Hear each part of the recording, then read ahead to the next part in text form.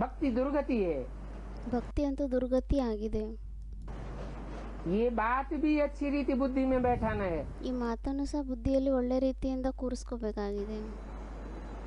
तुम बच्चे महारथी बच्चे हो ನೀವು ಮಕ್ಕಳಂತೂ ಮಹಾರಥಿ ಮಕ್ಕಳಾಗಿದ್ದೀರಾ, तो फिर तुम्हारी बुद्धि चलती है। ಮತ್ತೆ ಅವಾಗ ನಿಮ್ಮ ಬುದ್ಧಿ ನಡೆಯುತ್ತೆ. मेल्स भी अच्छे हैं। ಮೇಲ್ ಸಹ ಒಳ್ಳೆಯವರಾಗಿದ್ದಾರೆ. नंबर 1 तो ये जगदीश है ನಂಬರ್ 1 ಅಂತೂ ಈ ಜಗದೀಶ್ ಆಗಿದ್ದಾರೆ. जो मैगजीन बनाते हैं। ಅವರು ಮತ್ತೆ ಮ್ಯಾಗಝೀನ್ ಅನ್ನ ತಯಾರು ಮಾಡ್ತಾರೆ. ब्रजमोहन को भी अच्छा लिखने का शौक है। ಬ್ರಿಜ್ಮೋಹನ್ಗೂ ಸಹ ಬರೆಯುವಂಥ ಶಾಕ್ ತುಂಬ ಚೆನ್ನಾಗಿದೆ. नाम ही देखो कैसे अच्छे अच्छे हैं। ನಾಮೇ ನೋಡ್ಬಿಡಿ ಯಾವ ಥರ ಒಳ್ಳೊಳ್ಳೆ ಹೆಸರೇ ನೋಡ್ಬಿಡಿ ಯಾವ ಥರ ಒಳ್ಳೊಳ್ಳೆ ಹೆಸರುಗಳಿದೆ. जगदीश, ब्रजमोहन,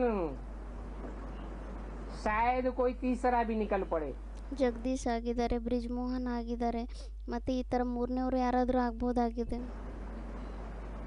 जैसे तुम्हारे में महारत है ಯಾವ ರೀತಿ ನಿಮ್ಮಲ್ಲೂ ಯಾರಾದರೂ ಮಹಾರಥಿಗಳಿದ್ದಾರೆ, वैसे इनमें भी महारत है। ಅದೇ ರೀತಿ ಇದರಲ್ಲೂ ಸಹ ಮಹಾರಥಿಗಳಿದ್ದಾರೆ. प्रवृत्ति मार्ग है ना, ಪ್ರವೃತ್ತಿ ಮಾರ್ಗ ಆಗಿದೆ ಅಲ್ವಾ. तो ये जोड़ियां बनती हैं। ಮತ್ತು ಇಲ್ಲೂ ಸಹ ಜೋಡಿಗಳು ತಯಾರಾಗುತ್ತೆ. फिर आगे चल के देखेंगे ಮತ್ತು ಮುಂದೆ ಬರುವಂಥ ಸಮಯದಲ್ಲಿ ನೋಡೋಣ कि स्त्रियां पुरुष बनती हैं। ಅಂದರೆ ಸ್ತ್ರೀಯರೆಲ್ಲ ಪುರುಷರಾಗ್ತಾರೆ, कोई पुरुष फिर स्त्रियां बनते हैं। ಕೆಲವು ಪುರುಷರು ಮತ್ತು ಸ್ತ್ರೀಯರಾಗ್ತಾರೆ.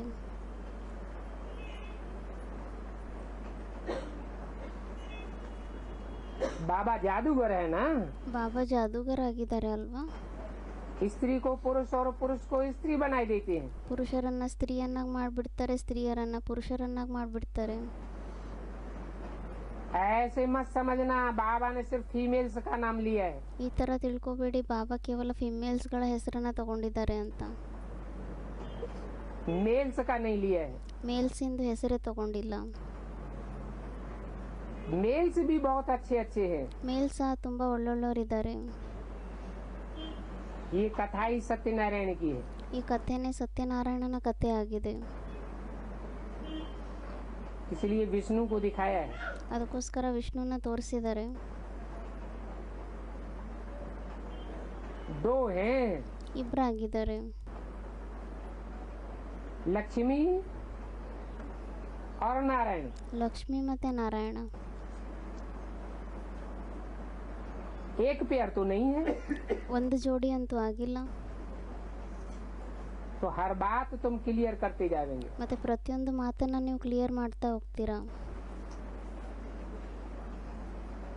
और तो दिन प्रतिदिन क्लैरिटी मिलती जाएगी। ಮತ್ತೆ ದಿನ ಪ್ರತಿದಿನ ಇನ್ನೂ ಜಾಸ್ತಿ ಕ್ಲಾರಿಟಿ ಸಿಗ್ತಾ ಹೋಗುತ್ತೆ. जानते हो बाप ज्ञान का सागर है। ತಿಳ್ಕೊಂತೀರ ತಂದೆ ಜ್ಞಾನದ ಸಾಗರ ಆಗಿದ್ದಾರೆ. उस परम पिता परमात्मा में सारा ज्ञान भरा हुआ है। ಆ ಪರಂಪಿತ ಪರಮಾತ್ಮನಲ್ಲಿ ಎಲ್ಲ ಜ್ಞಾನ ತುಂಬಿಕೊಂಡಿದೆ.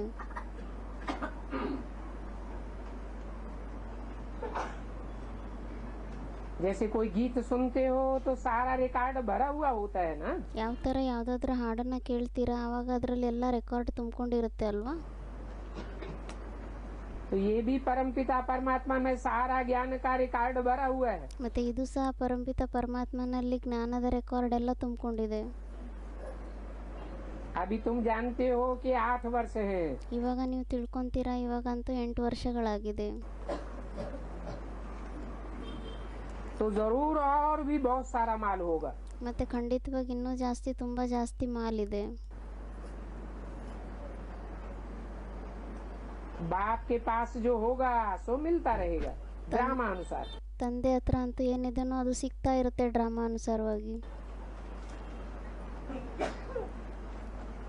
ये बातें बुद्धि की बच्चों की बुद्धि में चलना चाहिए। ಈ ಮಾತುಗಳಂತೂ ಮಕ್ಕಳ ಬುದ್ಧಿಯಲ್ಲಿ ನಡಿಬೇಕಾಗಿದೆ.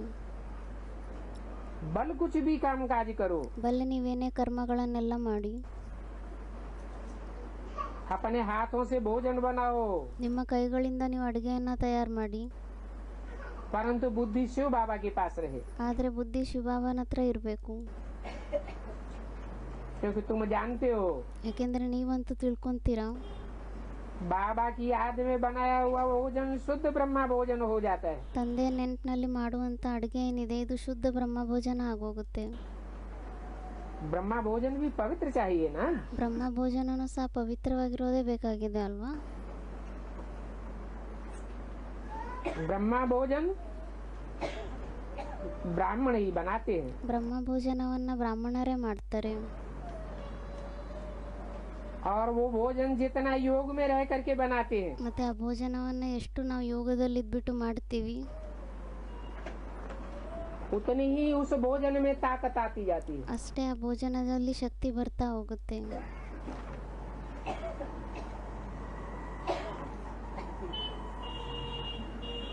फिर गायन भी है कि देवताएं ब्रह्मा भोजन की सराहना करते हैं. ಮತ್ತೆ ಗಾಯನನೂ ಸಹ ಇದೆ, ದೇವತೆಗಳು ಬ್ರಹ್ಮ ಭೋಜನದ ತುಂಬಾ ಮಹಿಮೆಯನ್ನ ಮಾಡ್ತಾರೆ. उस भोजन से हृदय सिद्ध हो जाता है. ಆ ಭೋಜನದಿಂದ ಹೃದಯ ಶುದ್ಧ ಆಗೋಗುತ್ತೆ. तो ब्राह्मण भी ऐसे होने चाहिए. ಮತ್ತೆ ಬ್ರಾಹ್ಮಣರು ಸಹ ಈ ತರ ಇರಬೇಕಾಗಿದೆ. अभी ऐसे योगी ब्राह्मण नहीं है. ಇವಾಗ ಈ ತರ ಯೋಗಿ ಬ್ರಾಹ್ಮಣರಿಲ್ಲ. अभी कहेंगे ऐसी देरी है. ಇವಾಗ ಹೇಳಲಾಗುತ್ತೆ ಈ ತರ ಇನ್ನೂ ಲೇಟ್ ಆಗಿದೆ. अभी अगर ऐसे ब्राह्मण बन जावे ಒಂದ್ ವೇಳೆ ಇವಾಗೆ ಈ ತರ ಬ್ರಾಹ್ಮಣರು ತಯಾರಾಗಿ ಹೋಗ್ಬಿಟ್ರೆ तो तुम्हारी बहुत वृद्धि हो जाएगी. ಅವಾಗ ನಿಮ್ದಂತೂ ತುಂಬಾ ವೃದ್ಧಿ ಆಗೋಗ್ಬಿಡುತ್ತೆ. परंतु जानते हैं ड्रामा प्लान अनुसार धीरे धीरे वृद्धि को पाना है. ಆದರೆ ತಿಳ್ಕೊಂತಾರೆ ಡ್ರಾಮಾ ಪ್ಲಾನ್ ಅನುಸಾರವಾಗಿ ನಿಧಾನವಾಗಿ ವೃದ್ಧಿಯನ್ನ ಪಡಿಬೇಕಾಗಿದೆ. आगे चल करके ऐसे ब्राह्मण भी निकलेंगे ಮುಂದೆ ಬರುವಂತ ಸಮಯದಲ್ಲಿ ಈ ತರ ಬ್ರಾಹ್ಮಣರು ಸಹ ತಯಾರಾಗ್ತಾರೆ.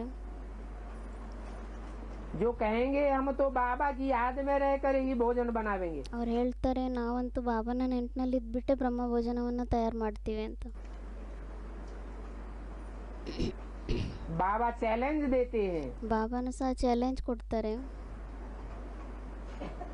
ऐसा ब्राह्मण हो ಈ ತರ ಬ್ರಾಹ್ಮಣರಾಗಿರ್ಲಿ जो योग में रह करके भोजन बनावे. ಅವ್ರು ಯೋಗದಲ್ಲಿ ಇದ್ಬಿಟ್ಟು ಭೋಜನವನ್ನ ಮಾಡಬೇಕು, ಆ ತರ ಬ್ರಾಹ್ಮಣರಿರ್ಬೇಕು. भोजन भी पवित्र होना चाहिए ना. ಭೋಜನನು ಸಹ ಪವಿತ್ರವಾಗಿರ್ಬೇಕಾಗಿದೆ ಅಲ್ವಾ. भोजन पर बहुत मदार है. ಭೋಜನದ ಮೇಲಂತೂ ಎಲ್ಲ ಡಿಪೆಂಡ್ ಆಗಿದೆ. संग दोष और अन्न दोष गाया हुआ है. ಸಂಘ ದೋಷ ಮತ್ತೆ ಅನ್ನ ದೋಷ ಅಂತ ಗಾಯನೇ ಇದೆ.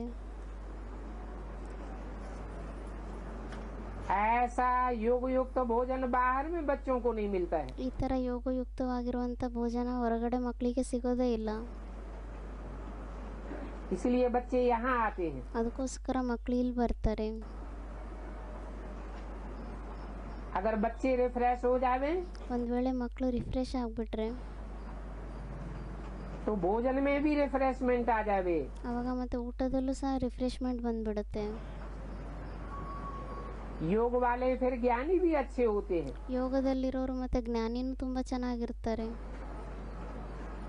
इसलिए बाबा फिर ऐसे ज्ञानी तो बच्चों को बैच देते हैं. ಅದಕ್ಕೋಸ್ಕರ ಮತ್ತೆ ಬಾಬಾ ಈ ತರ ಜ್ಞಾನಿತು ಮಕ್ಕಳಿಗೆ ಬ್ಯಾಚ್ ಕೊಡ್ತಾರೆ.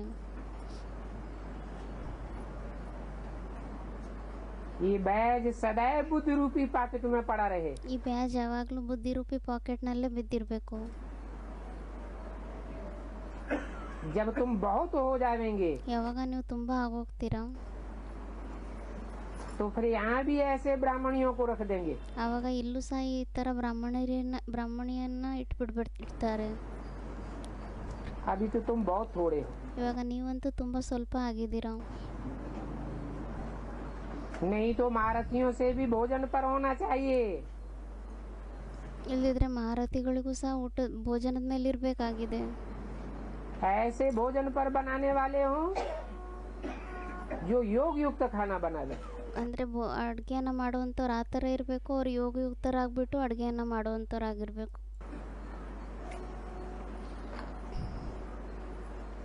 देवताएं भी ये बात समझते हैं ದೇವತೆಗಳು ಸಹ ಈ ಮಾತನ್ನ ತಿಳ್ಕೊಂತಾರೆ. कि हम ये भोजन खाए देवता बनते हैं। ನಾವು ಈ ಊಟವನ್ನು ತಿಂದ್ಬಿಟ್ಟು ದೇವಿ ದೇವತೆಗಳಾಗ್ತೀವಿ. कहाँ की बात? ಇದು ಎಲ್ಲಿಯ ಮಾತಾಗಿದೆ? देवताएं तो सतयुग में होंगे, ದೇವತೆಗಳಂತೂ ಸತ್ಯುಗದಲ್ಲಿರ್ತಾರೆ. ब्राह्मण संगम युग पर होते हैं, ಬ್ರಾಹ್ಮಣರು ಸಂಗಮ ಯುಗದಲ್ಲಿರ್ತಾರೆ. शूद्र कलयुग में होते हैं। ಶೂದ್ರರು ಕಲಿಯುಗದಲ್ಲಿರ್ತಾರೆ.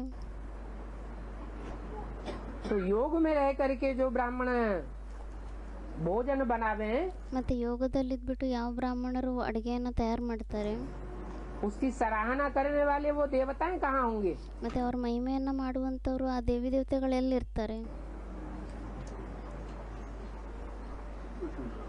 सतयुग में होंगे,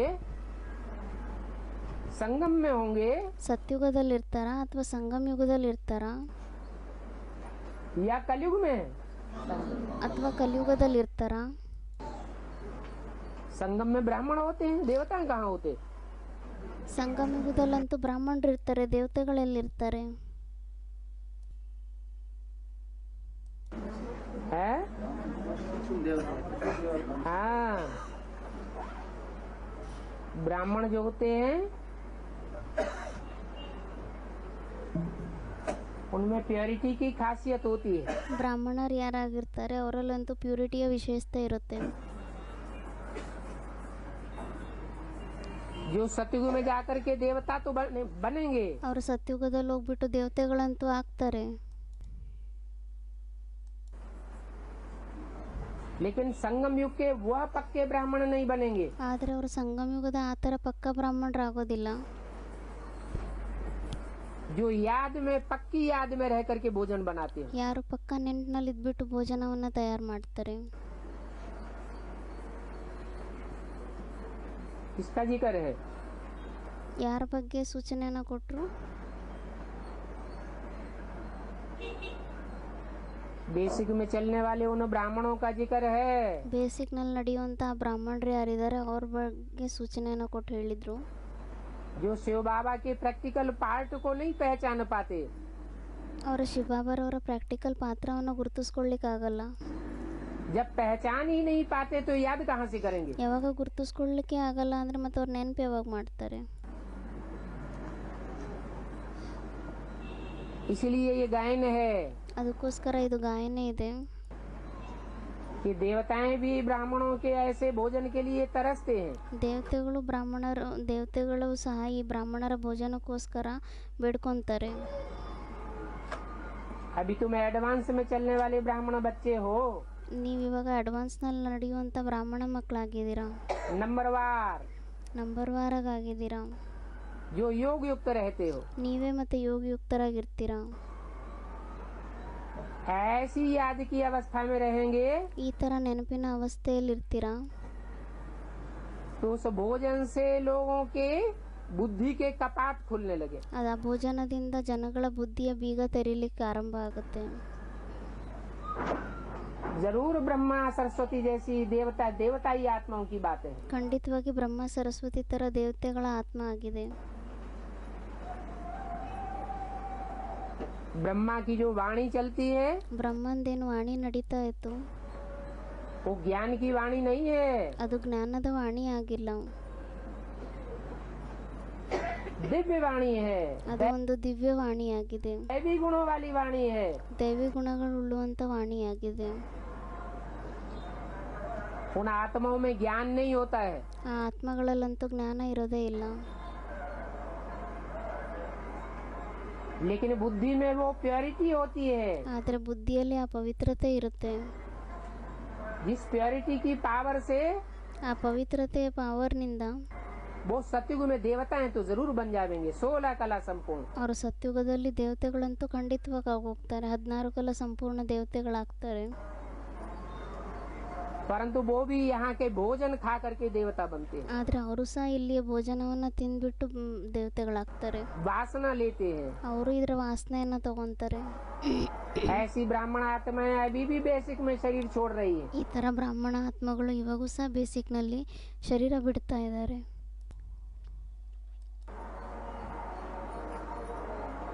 प्योरिटी की पावर धारण करके शरीर छोड़ती है। ಪವಿತ್ರತೆಯ ಪಾವರ್ನ ಧಾರಣೆ ಮಾಡ್ಕೊಂಡ್ಬಿಟ್ಟು ಶರೀರ ಬಿಡ್ತಾರೆ. वो ऐसे ब्रह्मा भोजन के लिए तरसते हैं। ಅವರು ಈ ಥರ ಬ್ರಹ್ಮ ಭೋಜನಕ್ಕೋಸ್ಕರ ಆತುರ ಪಡ್ತಾರೆ. तो देवताएं भी समझते हैं हम ये भोजन खावे, ಮತ್ತೆ ದೇವತೆಗಳು ಸಹ ತಿಳ್ಕೊಂತಾರೆ ನಾವು ಈ ಭೋಜನವನ್ನ ತಿಂದ್ರೆ तो ये देवता बने। ಅದಕ್ಕೆ ಅವಾಗ ನಾವು ಈ ದೇವತೆಗಳಾಗ್ತೀವಿ ಅಂತ. तो रुचि से तुम्हारे साथ मिलने के लिए आते हैं। ಮತ್ತೆ ಅವರು ತುಂಬಾ ಇಂಟ್ರೆಸ್ಟ್ ಇಂದ ನಿಮ್ಮ ಜೊತೆ ಸೇರ್ಲಿಕ್ಕೋಸ್ಕರ ಬರ್ತಾರೆ. तुम देवात्माओं की बुद्धि में भी ये बात बैठती है ना। ಆ ದೇವಾತ್ಮಗಳ ಬುದ್ಧಿಯಲ್ಲೂ ಸಹ ಈ ಮಾತು ಕುತ್ಕೊಳ್ಳುತ್ತೆ ಅಲ್ವಾ. वो कैसे देवताएं तुमसे मिलते हैं, ಅವ್ರು ಯಾವ ರೀತಿ ದೇವತೆಗಳು ನಿಮ್ಮ ಜೊತೆ ಭೇಟಿ ಮಾಡ್ತಾರೆ वो भी युक्ति है। ಅದು ಸಹ ಯುಕ್ತಿ ಆಗಿದೆ. सूक्ष्म वतन में वो और ये ब्राह्मण मिलते हैं। ಸೂಕ್ಷ್ಮ ವತನದಲ್ಲಿ ಅವರು ಮತ್ತೆ ಈ ಬ್ರಾಹ್ಮಣರು ಭೇಟಿ ಮಾಡ್ತಾರೆ. ये बुद्धि योग की बात है। ಇದು ಬುದ್ಧಿಯೋಗದ ಮಾತಾಗಿದೆ. ये भी वंडरफुल साक्षात्कार है। ಇದು ಸಹ ವಂಡರ್ಫುಲ್ ಸಾಕ್ಷಾತ್ಕಾರ ಆಗಿದೆ.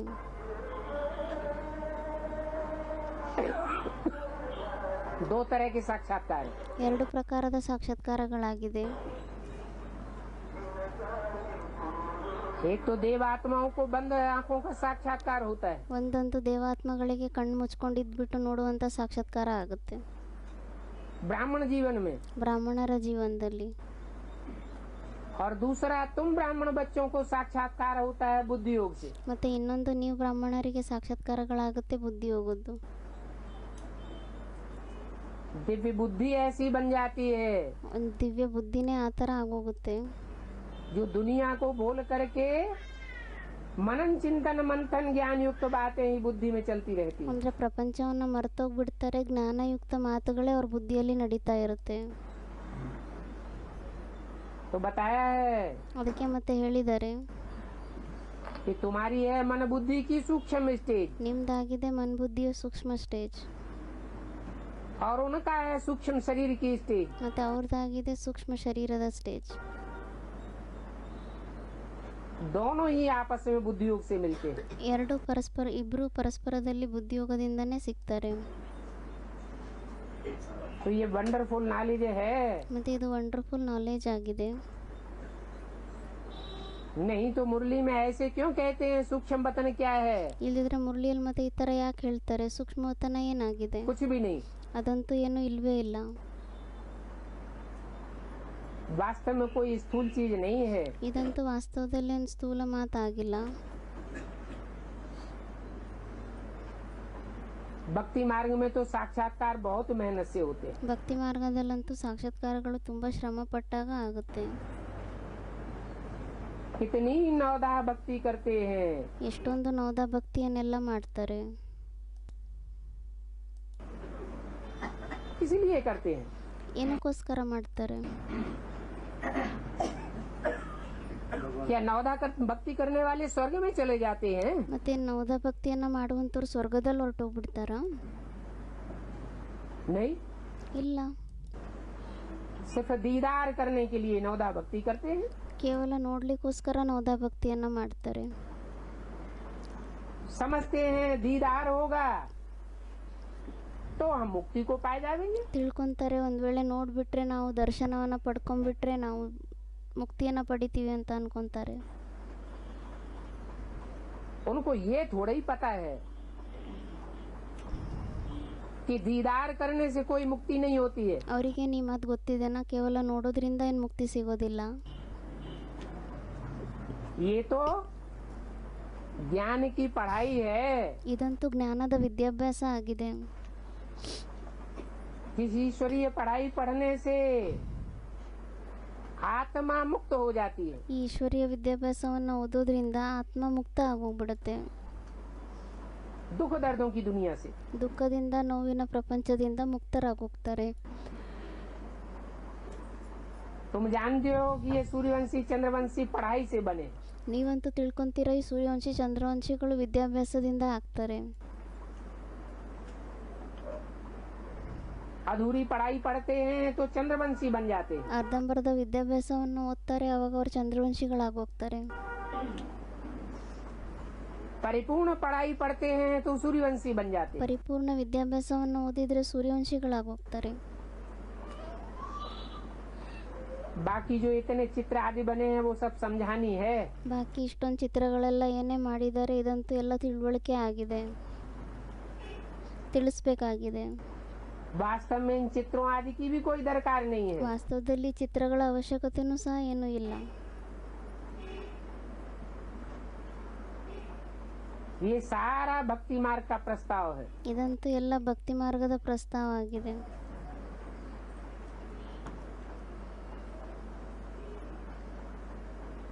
ये नॉलेज बड़ा भारी कारोबार है। ಈ ನಾಲೆಜ್ ಏನಿದೆ ಇದು ತುಂಬಾ ದೊಡ್ಡ ಕಾರ್ಯವ್ಯವಹಾರ ಆಗಿದೆ. इसलिए कहते हैं दुनिया में सब धंधे खलास हो जाएंगे। ಅದಕ್ಕೋಸ್ಕರ ಹೇಳ್ತಾರೆ ಪ್ರಪಂಚದಲ್ಲಿ ಎಲ್ಲ ದುಡಿಮೆ ವ್ಯಾಪಾರಗಳು ನಷ್ಟ ಆಗೋಗ್ಬಿಡುತ್ತೆ. सब धंधों में है नुकसान सिवाय इस ईश्वरीय धंधे के। ಎಲ್ಲ ದುಡಿಮೆ ವ್ಯಾಪಾರದಲ್ಲಿ ನಷ್ಟನೇ ಇದೆ, ಕೇವಲ ಈ ಒಂದು ಈಶ್ವರೀಯ ಜ್ಞಾನವನ್ನ ಬಿಟ್ಟು.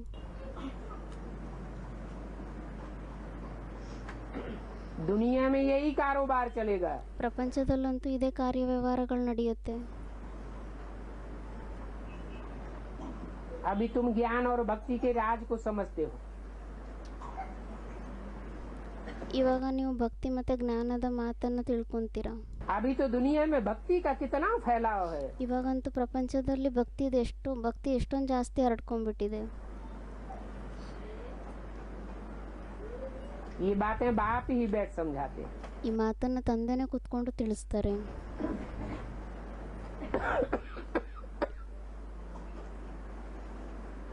वो बाप ही स्पिरिचुअल फादर है। ಆ ತಂದೆನೇ ಸ್ಪಿರಿಚುವಲ್ ಫಾದರ್ ಆಗಿದ್ದಾರೆ. वो ज्ञान का सागर है। ಅವರು ಜ್ಞಾನದ ಸಾಗರ ಆಗಿದ್ದಾರೆ. उस बाप के मुकाबले ಆ ತಂದೆಯ ಹೋಲಿಕೆಯಲ್ಲಿ और जो भी बाप हैं ಮತ್ತೆ ಯಾರೇ ತಂದೆ ಆಗಿದ್ದಾರೆ वो सब फिजिकल है। ಅವರೆಲ್ಲ ಫಿಸಿಕಲ್ ಆಗಿದ್ದಾರೆ. देह अभिमानी है। ಎಲ್ಲರೂ ದೇಹಾಭಿಮಾನಿಗಳಾಗಿದ್ದಾರೆ. उनको स्पिरिचुअल नहीं कहेंगे। ಅವ್ರಿಗೆ ಮತ್ತೆ ಸ್ಪಿರಿಚುವಲ್ ಅಂತ ಹೇಳಲಿಕ್ಕಾಗಲ್ಲ. स्पिरिचुअल बाप सिर्फ एक ही है ಸ್ಪಿರಿಚುವಲ್ ತಂದೆ ಅಂತೂ ಕೇವಲ ಒಬ್ಬರೇ ಆಗಿದ್ದಾರೆ, जो ज्ञान का सागर है। ಅವರೇ ಮತ್ತೆ ಜ್ಞಾನದ ಸಾಗರನೂ ಆಗಿದ್ದಾರೆ. उनका काम ही है कल्प कल्प पुरानी दुनिया को नया बनाना। ಅವ್ರ ಕೆಲಸನೇ ಆಗಿದೆ ಕಲ್ಪದಲ್ಲಿ ಹಳೆ ಪ್ರಪಂಚವನ್ನ ಹೊಸದನ್ನಾಗಿ ಮಾಡೋದು. तो नाम पड़ता है रूहानी बाप ಅವಾಗ ಮತ್ತೆ ಹೆಸರು ಬೀಳುತ್ತೆ ರುಹಾನಿ ತಂದೆ ಅಂತ, और जिस्मानी बाप। ಮತ್ತೆ ಜಿಸ್ಮಾನಿ ತಂದೆ. रूहानी बाप का काम है राजयोग सिखाना। ರುಹಾನಿ ತಂದೆಯ ಕೆಲಸ ಆಗಿದೆ ರಾಜಯೋಗವನ್ನ ಕಲಿಸೋದು. उसे एक बाप के सिवाय कोई दुनिया में राजयोग सिखला नहीं सकता। ಆ ಒಬ್ಬ ತಂದೆಯನ್ನ ಬಿಟ್ಟು ಬೇರೆ ಯಾರು ಪ್ರಪಂಚದಲ್ಲಿ ರಾಜಯೋಗವನ್ನ ಕಲಿಸ್ಲಿಕ್ಕೆ ಸಾಧ್ಯನೇ ಇಲ್ಲ. और न कोई राजा बना सकता है। ಮತ್ತೆ ಯಾರು ರಾಜರನ್ನಾಗಿ ಮಾಡ್ಲಿಕ್ಕೂ ಸಾಧ್ಯ ಇಲ್ಲ. परंतु गीता में नाम बदली कर दिया है। ಆದ್ರೆ ಗೀತೆಯಲ್ಲಿ ಹೆಸರನ್ನ ಬದಲಾವಣೆ ಮಾಡ್ಬಿಟ್ಟಿದ್ದಾರೆ. रूहानी बाप के बदले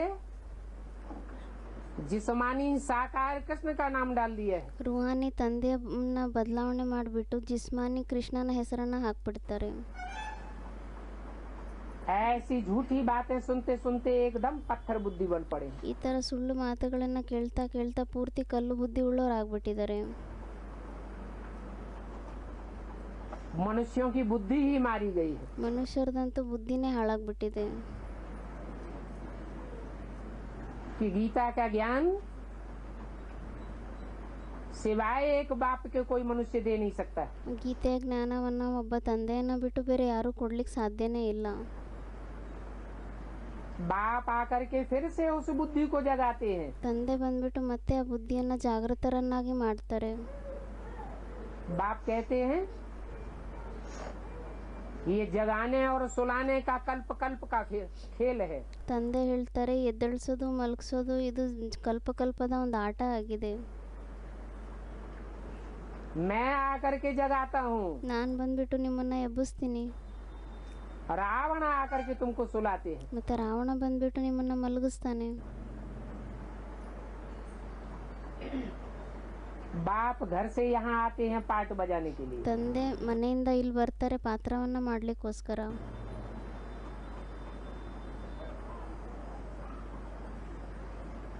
इस दुनिया में ये मनुष्य सृष्टि रूपी झाड़ कैसे पनपता है? ಈ ಸೃಷ್ಟಿಯಲ್ಲಿ ಮನುಷ್ಯರು ಸೃಷ್ಟಿ ರೂಪಿ ವೃಕ್ಷ ಏನಿದೆ ಇದು ಯಾವ ಥರ ಬೆಳೆಯುತ್ತೆ? सो भी तुम्हारी बुद्धि चलनी चाहिए। ಅದು ಸಹ ನಿಮ್ಮ ಬುದ್ಧಿ ನಡಿಬೇಕಾಗಿದೆ. कैसे किसको समझाया जाए? ಯಾವ ರೀತಿ ಯಾರಿಗೆ ತಿಳಿಸ್ಬೇಕಾಗಿದೆ? कोई कहते हैं ಯಾರಾದರೂ ಹೇಳ್ತಾರೆ क्या हम स्वर्ग में नहीं आवेंगे? ಏನು ನಾವು ಸ್ವರ್ಗದಲ್ಲಿ ಬರೋದಿಲ್ವಾ? बोलो, तुम्हारे जो धर्म स्थापना करने वाले धर्म पिताएं हैं, ಹೇಳಿ, ಯಾರು ನಿಮ್ಮ ಧರ್ಮ ಸ್ಥಾಪನೆ ಮಾಡುವಂಥ ಧರ್ಮಪಿತ ಆಗಿದ್ದಾರೆ वो ही स्वर्ग में नहीं आते? ಅವರೇ ಸ್ವರ್ಗದಲ್ಲಿ ಬರೋದಿಲ್ಲ. तो तुम स्वर्ग में कैसे आ जावेंगे? ಮತ್ತೆ ನೀವು ಸ್ವರ್ಗದಲ್ಲಿ ಯಾವ ಥರ ಬಂದ್ಬಿಡ್ತೀರಾ? स्वर्ग में ले जाने वाला तो ಸ್ವರ್ಗದಲ್ಲಿ ಕರ್ಕೊಂಡು ಹೋಗೋರಂತೂ जरूर सदैव स्वस्थिति में रहने वाला बाप चाहिए। ಖಂಡಿತವಾಗಿ ಸ್ವಸ್ಥಿತಿಯಲ್ಲಿರುವಂಥ ತಂದೆ ಬೇಕಾಗಿದೆ. जो इस दुनिया में आते हैं तो पहले पहले ಯಾರು ಈ ಪ್ರಪಂಚದಲ್ಲಿ ಬರ್ತಾರೆ ಅವರು ಮೊಟ್ಟ ಮೊದಲು जिस मुकर्रर रथ में आते हैं ಅವರು ಯಾವ ಮುಖರ ರಥದಲ್ಲಿ ಬರ್ತಾರೆ उसको आप समान स्वस्थिति वाला बनाते हैं। ಅವರನ್ನ ತಮ್ಮ ಸಮಾನ ಸ್ವಸ್ಥಿತಿಯಲ್ಲಿ ಉಳ್ಳಂಥವ್ರನ್ನಾಗಿ ಮಾಡ್ತಾರೆ. वो है मनुष्य सृष्टि का बाप। ಅವರಾಗಿದ್ದಾರೆ ಮನುಷ್ಯ ಸೃಷ್ಟಿಯ ತಂದೆ. वो मनुष्य सृष्टि का बाप ಆ ಮನುಷ್ಯ ಸೃಷ್ಟಿಯ ತಂದೆ स्वस्थिति में रहने वाला ಸ್ವಸ್ಥಿತಿಯಲ್ಲಿ ಇರುವಂಥವ್ರು बाप समान स्टेज को पाता है ತಂದೆ ಸಮಾನ ಸ್ಟೇಜನ್ನು ಪಡಿತಾರೆ. तो उसके बच्चे भी उस स्टेज को पाई लेते हैं। ಮತ್ತೆ ಅವ್ರ ಮಕ್ಕಳು ಸಹ ಆ ಸ್ಟೇಜನ್ನು ಪಡ್ಕೊಂಡ್ಬಿಡ್ತಾರೆ. जब वो स्वर्ग में आवे ಯಾವಾಗ ಅವ್ರು ಸ್ವರ್ಗದಲ್ಲಿ ಬರ್ತಾರೆ तो बच्चे भी स्वर्ग में आवे। ಅವಾಗ ಮತ್ತೆ ಮಕ್ಕಳು ಸಹ ಸ್ವರ್ಗದಲ್ಲಿ ಬರ್ತಾರೆ. तुम जानते हो ನೀವಂತೂ ತಿಳ್ಕೊಂತೀರಾ कि हर एक धर्म का अपने अपने टाइम पर पार्ट नुदा हुआ है। ಪ್ರತಿಯೊಂದು ಧರ್ಮದ ತಮ್ಮ ತಮ್ಮ ಟೈಮ್ನ ಅನುಸಾರವಾಗಿ ಪಾತ್ರ ಫಿಕ್ಸ್ ಆಗಿದೆ. और कोई भी धर्म ऑलराउंड पार्ट नहीं बजाते। ಮತ್ತೆ ಬೇರೆ ಯಾವುದೇ ಧರ್ಮ ಆಲ್ರೌಂಡ್ ಪಾತ್ರವನ್ನ ಮಾಡೋದಿಲ್ಲ. तुम्हारा ही सनातन धर्म है जो ऑलराउंड पार्ट बजाता है। ನಿಮ್ಮದೇ ಸನಾತನ ಧರ್ಮ ಆಗಿದೆ, ಅದೇ ಆಲ್ರೌಂಡ್ ಪಾತ್ರವನ್ನ ಮಾಡುತ್ತೆ. ये वैरायटी धर्मों का नाटक बना हुआ है। ಇದು ವೆರೈಟಿ ಧರ್ಮಗಳ ನಾಟಕ ಆಗಿದೆ. बना बनाया खेल है। ಇದು ಮಾಡಿ ಮಾಡಲ್ಪಟ್ಟಂತ ಆಟ ಆಗಿದೆ. इसमें कुछ भी कहने की भी दरकार नहीं रहती है। ಇದರಲ್ಲಂತೂ ಏನು ಹೇಳುವಂತ ಅವಶ್ಯಕತೆನೇ ಇರಲ್ಲ. इसे झाड़ में देखो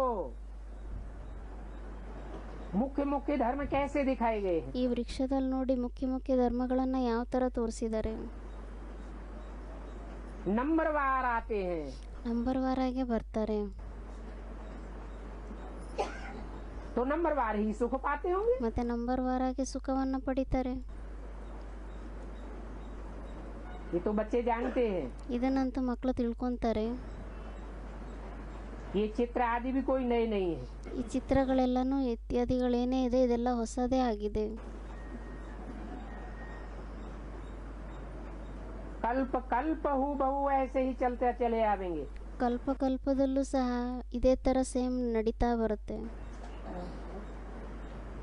ये भी बच्चे जानते हैं। ಇದನ್ನು ಸಹ ಮಕ್ಕಳು ತಿಳ್ಕೊಂತಾರೆ. इस ज्ञान मार्ग में अनेक प्रकार के विघ्न भी पड़ते रहते हैं। ಈ ಜ್ಞಾನ ಮಾರ್ಗದಲ್ಲಿ ಅನೇಕ ಪ್ರಕಾರದ ವಿಘ್ನಗಳು ಸಹ ಬರ್ತಾ ಇರುತ್ತೆ.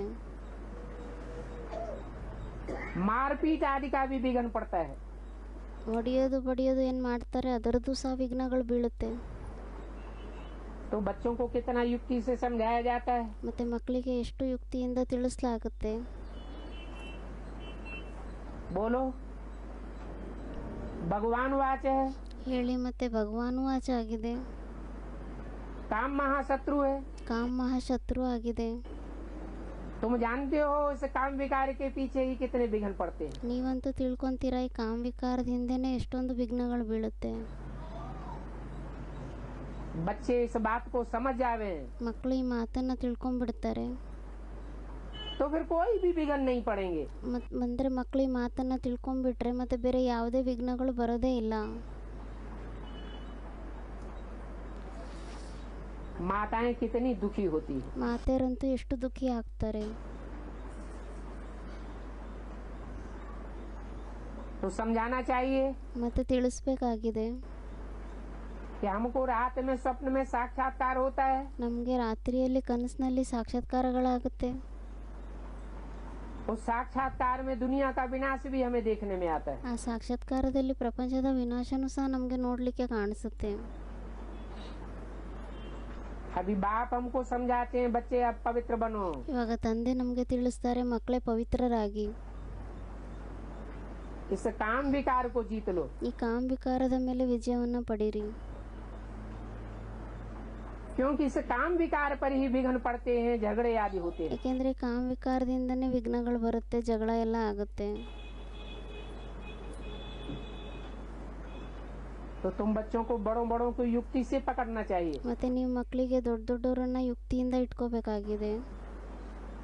क्योंकि कोई बड़ा आदमी समझ जाए तो बड़ों का आवाज बड़ा निकलता है। ಯಾಕೆಂದ್ರೆ ಯಾರಾದ್ರೂ ದೊಡ್ಡ ವ್ಯಕ್ತಿ ತಿಳ್ಕೊಂಡ್ಬಿಟ್ರೆ ದೊಡ್ಡವರ ಧ್ವನಿ ಜೋರಾಗಿ ಬರುತ್ತೆ.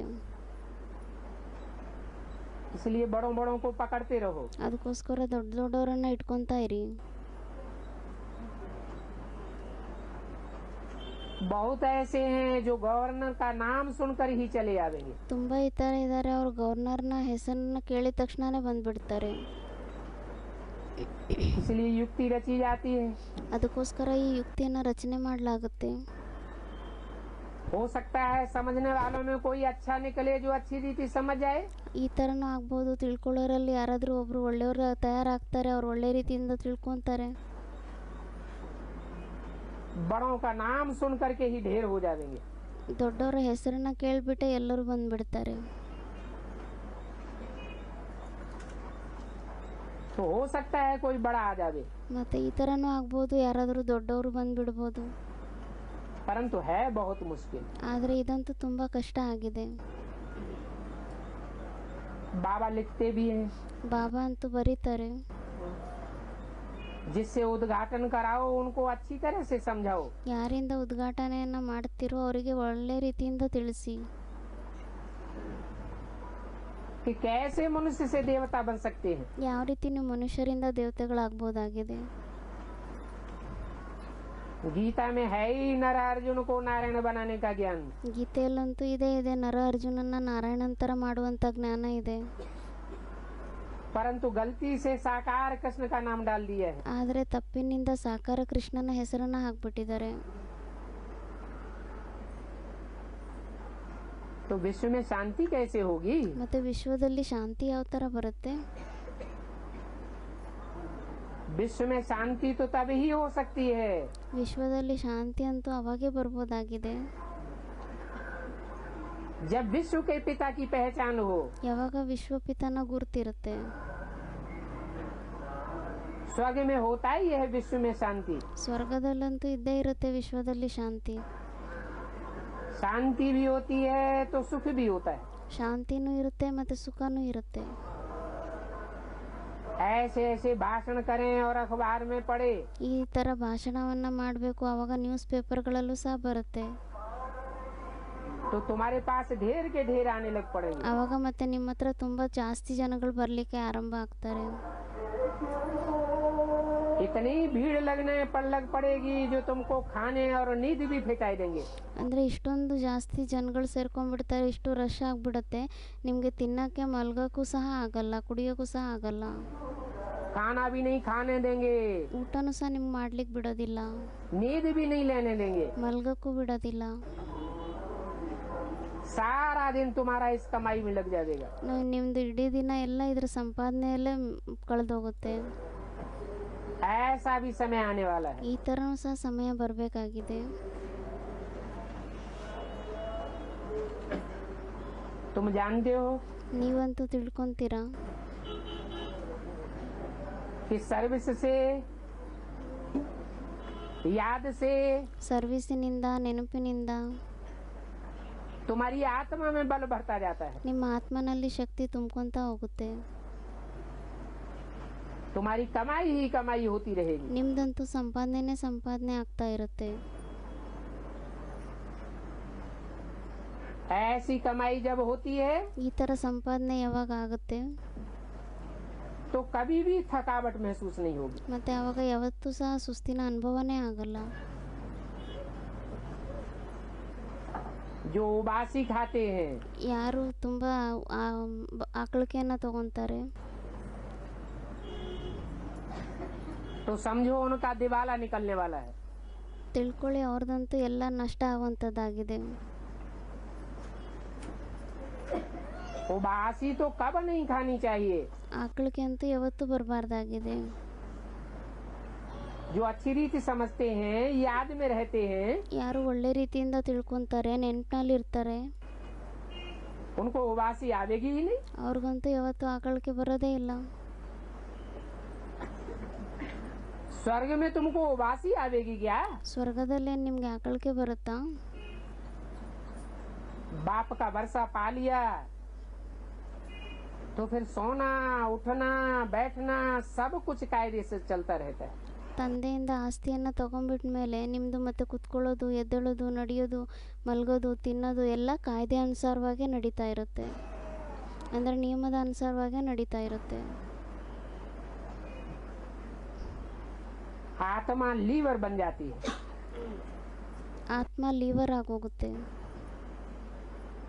अभी सिलेंडर है, ಇವಾಗ ಸಿಲಿಂಡರ್ ಆಗಿದೆ, सिलेंडर को लीवर बनाना है। ಆ ಸಿಲಿಂಡರನ್ನು ಲಿವರನ್ನಾಗಿ ಮಾಡಬೇಕಾಗಿದೆ। ऑटोमेटिक काम होता रहेगा। ಆಟೋಮೆಟಿಕ್ ಆಗಿ ಕೆಲಸ ನಡೀತಾ ಇರುತ್ತೆ। परंतु ऐसी लीवर आत्मा कोई बना सकते हैं, कोई नहीं बना सकते हैं। ಆದರೆ ಈ ಥರ ಲಿವರ್ ಆತ್ಮವನ್ನಾಗಿ ಕೆಲವ್ರು ಮಾಡ್ಬೋದಾಗಿದೆ, ಕೆಲವ್ರು ಮಾಡ್ಲಿಕ್ಕೆ ಆಗೋದಿಲ್ಲ। अच्छा, मीठे मीठे सिकीले बच्चों को रूहानी बाप व दादा का याद प्यार गुड मॉर्निंग। ಒಳ್ಳೆಯದು, ಮಧುರವಾಗಿರುವಂಥ ಮಕ್ಕಳಿಗೆ ರುಹಾನಿ ತಂದೆಯ ರುಹಾನಿ ನೆನಪು, ಪ್ರೀತಿ ಮತ್ತು ನಮಸ್ತೆ। रूहानी बाप की रूहानी बच्चों को नमस्ते। ರುಹಾನಿ ತಂದೆಯ ರುಹಾನಿ ಮಕ್ಕಳಿಗೆ ನಮಸ್ತೆ ಮತ್ತು ಓಂ ಶಾಂತಿ। ವಿಸಿಡಿ ನಂಬರ್ ಆಗಿತ್ತು ಇವತ್ತಿಂದು 999 ಬೆಂಗಳೂರು, ಮುರಳಿ ತಾರೀಖು 16-17-6-1968, ನೋಡಿಸಿರುವಂಥ ತಾರೀಖು 28-9-2008। ಓಂ ಶಾಂತಿ।